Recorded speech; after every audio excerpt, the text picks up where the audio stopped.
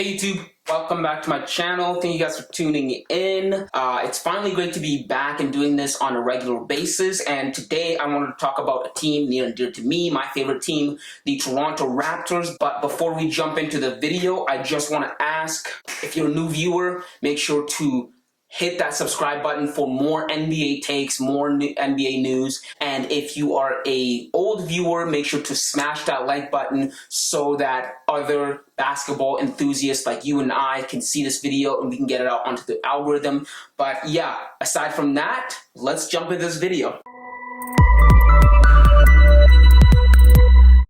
So last week was the NBA draft, and it was an eventful draft. There was lots of talent to be picked. A lot of these young dudes' lives were going to be changed forever, and they were. The Detroit Pistons chose Cade Cunningham with the first overall pick out of OSU, and he's been poised to be the #1 pick all year round, so we weren't surprised.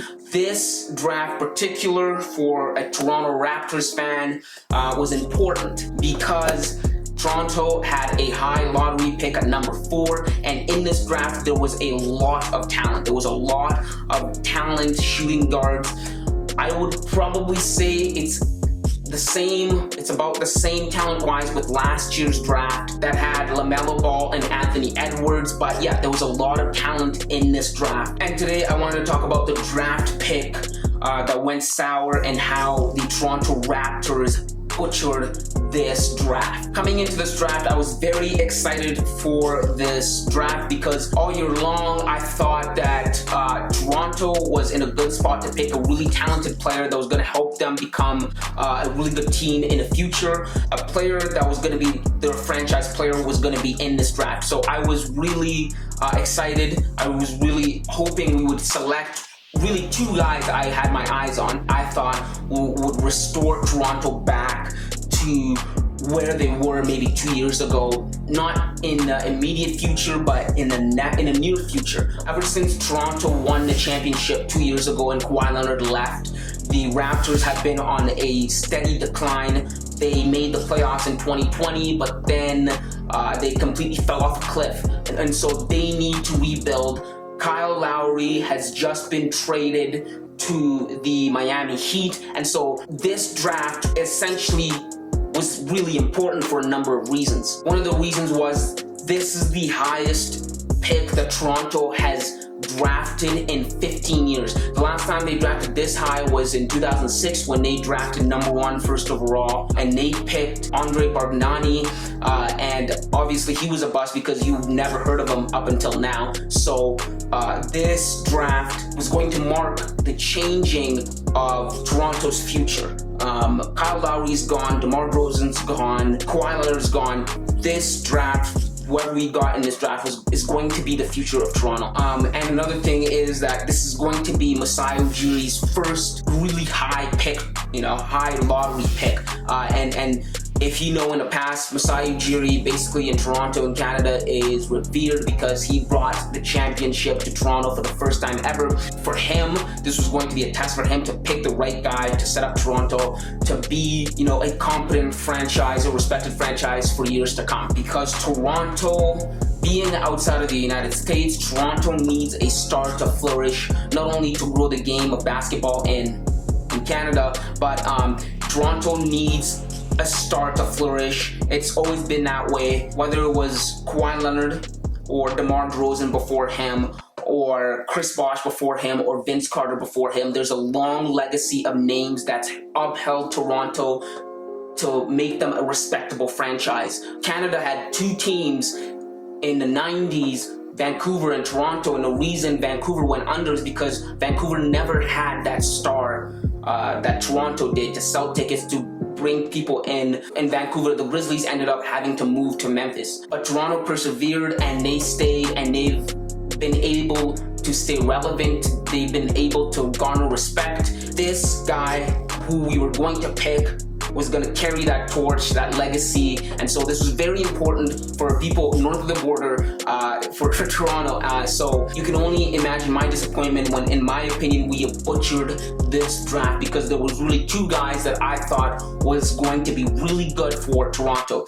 Number one guy, Jalen Green, obviously. Jalen Green was going to either be number one or number two, so I didn't really expect to get him, but if he was on a board when we were going to pick, I would have expected us to take him, because Jalen Green is a 6'6" guard with a wingspan of 6'7". He's long, very talented.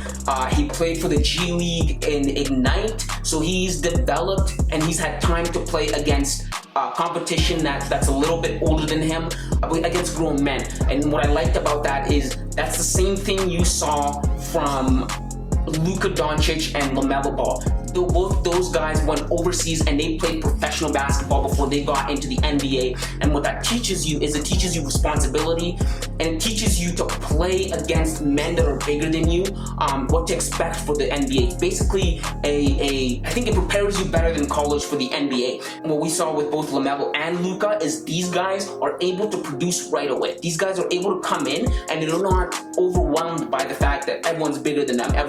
Because they've been doing this before. And I thought Jalen Green would have been really perfect. He had a really nice year, averaging 18 points, 4 rebounds, and 2.8 assists. So he's been able to hold his own against grown men for a while now. And I thought he would have been a steal, a perfect guy to land in Toronto. But alas, that was not meant to be. He was taken number 2 overall by the Houston Rockets. Congrats to them. I think he's a really stellar player. So with him off the board, there was one other guy that I wanted us to take, and you've already guessed it by now by the thumbnail of this video, Jalen Suggs. I thought Jalen Suggs would have been a premium player for the Toronto Raptors to draft at number 4. And the thing is, he was actually there at number 4 because we could have taken him.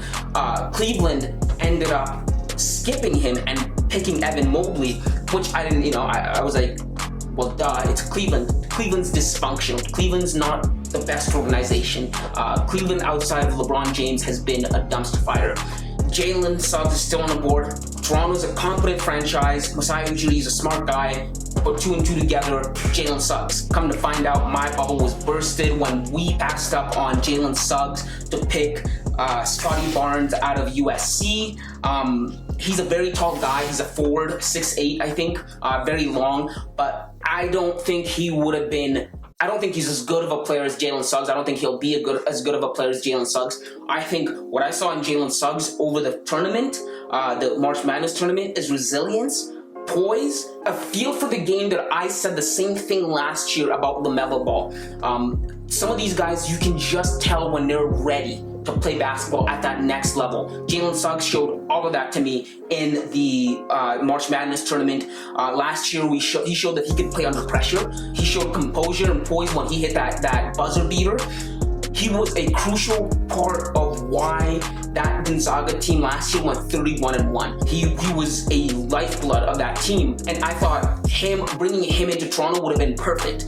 He's got that star power to him to bring people to the stands. He's got that potential to turn them around, not immediately, but maybe next year. You could see him start playing at the level of LaMelo Ball, and that's why I thought he would have been perfect for the Toronto Raptors. But I don't know, for the life of me, I do not know why we passed up on him and we picked Scottie Barnes. Now, leading up into the draft, actually, I was seeing articles about how Toronto was set and they wanted Jalen Suggs. I saw actually 2 of these posts that Toronto was set and they wanted Jalen Suggs.